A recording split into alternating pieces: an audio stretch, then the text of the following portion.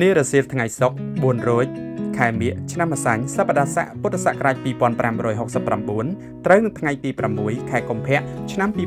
2026នៅសាលារៀនអនុវិទ្យាល័យអនុវត្តមានកិច្ចប្រជុំមួយស្ដីអំពីកិច្ចព្រមព្រៀងគ្រូបង្រៀនដែលបានបន្តការសិក្សាផ្នែកគុណវុឌ្ឍិអប់រំឆ្នាំ2025-2026និងទិសដៅឆ្នាំ2026-2027នៅសាកលវិទ្យាល័យភូមិន្ទភ្នំពេញ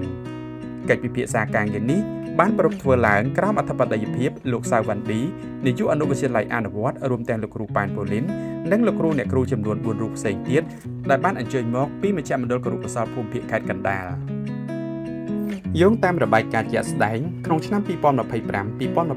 នេះមានលោកគ្រូអ្នកគ្រូនៅសាលាអនុវិទ្យាល័យអនុវត្តចំនួន5រូបដែលកំពុងបន្តការសិក្សាផ្នែកគុណវុឌ្ឍិអប់រំ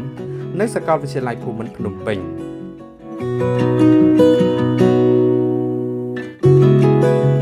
ជាលទ្ធផលនៃកិច្ចប្រជុំបានបញ្ចប់ទៅដោយរលូននិងក្រោមបរិយាកាសសប្បាយរីករាយយ៉ាងក្រៃលែង។